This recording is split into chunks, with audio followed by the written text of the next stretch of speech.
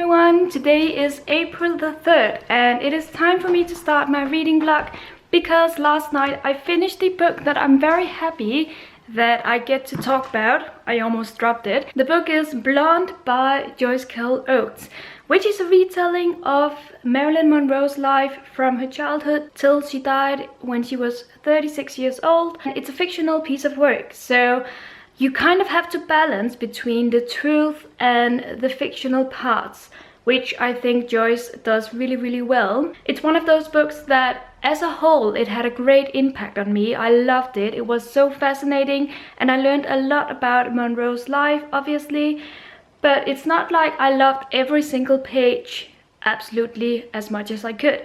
I loved the book as a whole and I haven't read anything like this before, so I really adored this, and in the end I gave it 5 out of 5 stars. Okay, don't be angry, but I've just read a book which is a lot of people's favorite children's classic, and while I liked it and gave it 3 stars, I didn't absolutely love it.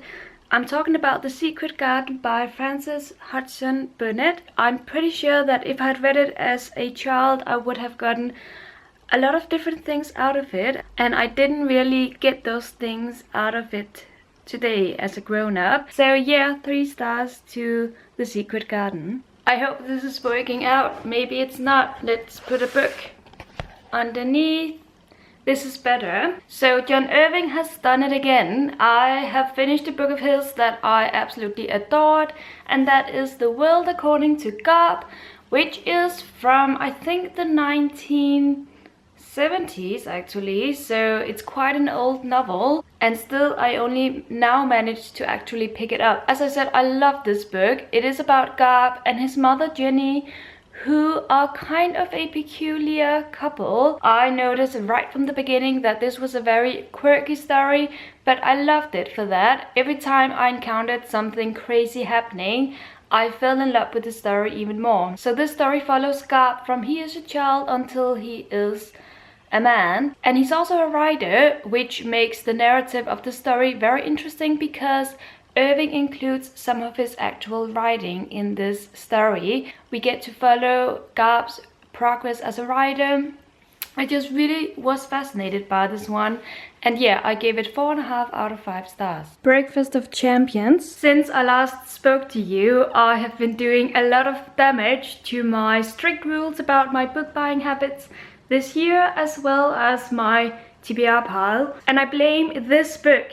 I read about 200 pages of this, not even, I think, and then it just wasn't the book for me, and it made me start wondering which books I want to really read that are on my shelves, because this one has been on my shelves for the past 3 years and I finally picked it up, but I just wasn't having it, so I might have grown out of it, I don't know.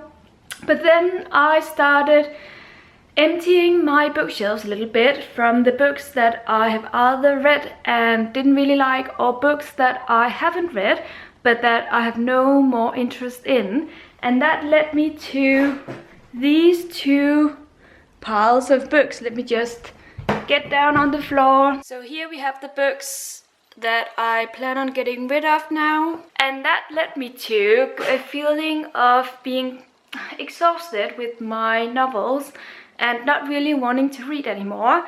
So I needed a boost, and that's why this morning I had to go online to order a book for a birthday that I'm going to, and then I also ordered some books for myself, which you will see in an upcoming book haul. So yeah, the past 24 hours have been pretty crazy book-wise, and I have decided to kind of give up on counting my unread books and keeping count of them all the time, because I got exhausted of it and I just want to enjoy reading again. So that's where I'm at now. And as per usual, Suze is here. I need to show you something, because since I last spoke to you, my pile of books that I want to get rid of has grown. So let me just show you what it looks like right now. Here are the books. I have 3 large piles, and actually some of the books I showed you in my last clip I have decided to keep anyway, but as you can see I have then added a few more. So it's a lot of old books that I was intending on getting rid of anyway, anyway. And there are also some dictionaries and some non-fiction books that I have no interest in. So this is the current situation. And I also need to talk about another book that I am keeping and that I just finished reading, and that is Back When We Were Grown-Ups by Anne Tyler. This was my last one of hers that I owned, so it's kind of sad, but I really like this book.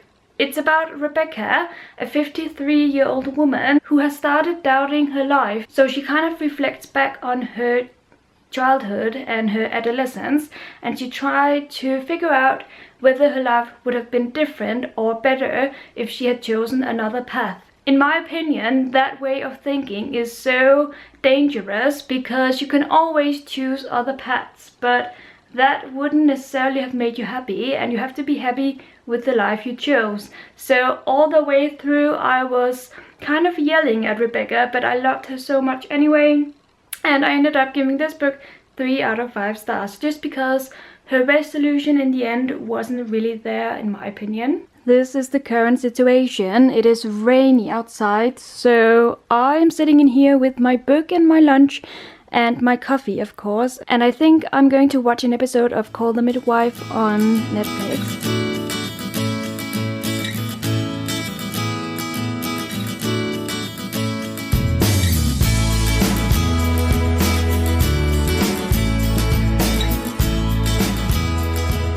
I have just finished reading a very long letter, and that is Gilead by Marilynne Robinson. The father is a reverend and he is very old, and his son is only about 7 years old, so he has decided to write this long letter to him that he can read when he grows older. This book is very heavy on religion, which I didn't really like because it became more a philosophy on religion sometimes than it became a heartfelt letter. But at the same time, I appreciated some passages of it very much. It became very touching, and I liked the personal anecdotes that he brought up in this letter.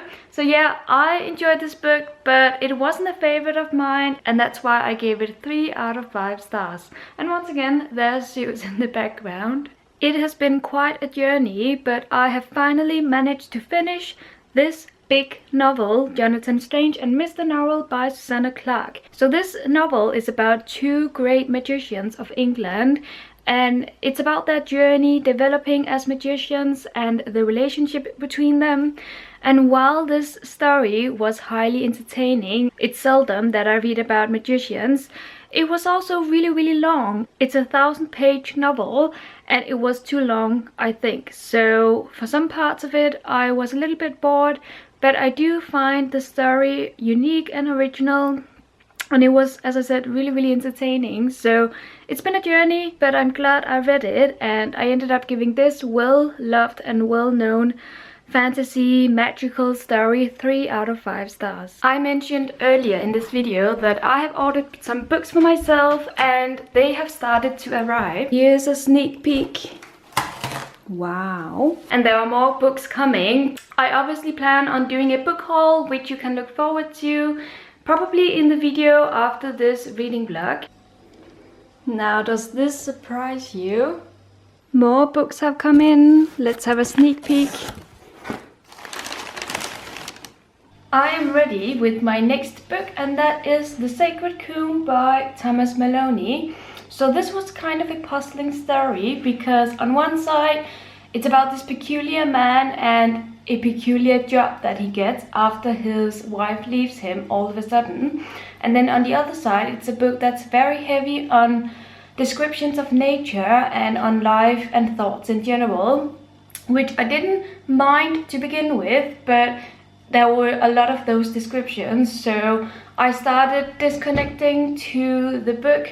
About halfway through it, I wasn't as invested in it as I was in the beginning, but I can't tell you that the job that he gets is so peculiar. It takes place in this library of thousands of books, and obviously I liked that part of it. This was an interesting story, but because of my ambivalent feelings towards it, I gave it 3 out of 5 stars. I have read a book which was okay, but it didn't wow me in any way, so it wasn't spectacular.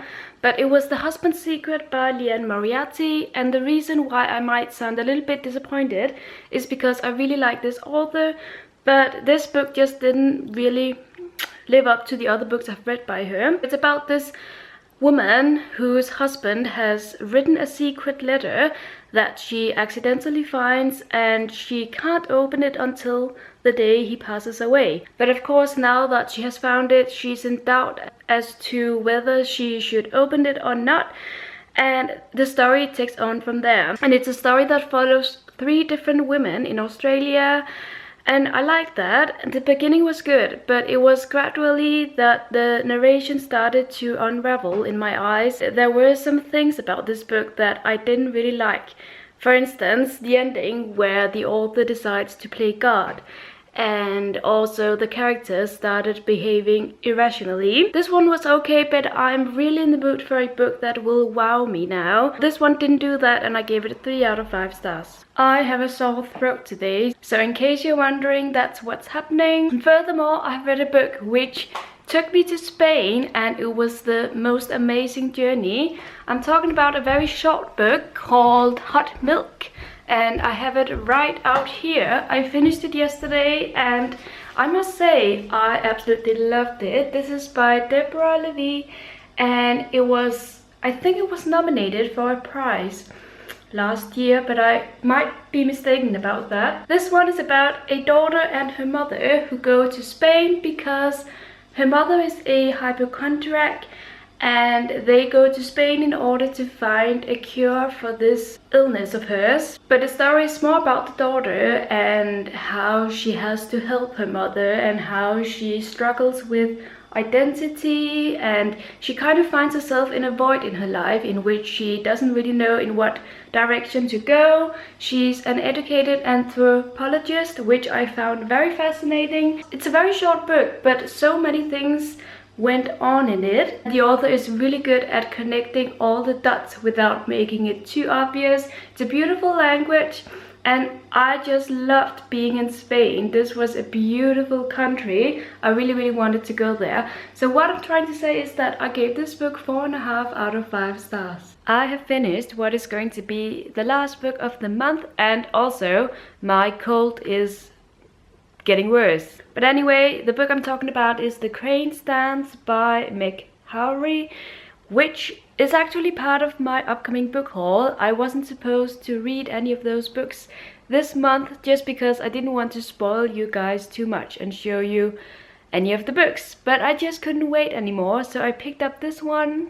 and I loved it. 5 out of 5 stars. Really good book. It's about ballet, and it's about these 2 sisters who are both professional ballet dancers, but right from the beginning we are told that one of the sisters has turned insane, kind of, and she has to go back home to their parents. And then it's about the other sister and her struggles to continue dancing, and also worrying about her sister. I loved it so much, and I definitely recommend it. So yeah, that's it for my April reading vlog. Yeah, that's it. Thank you so much for watching, and until my next video, happy reading.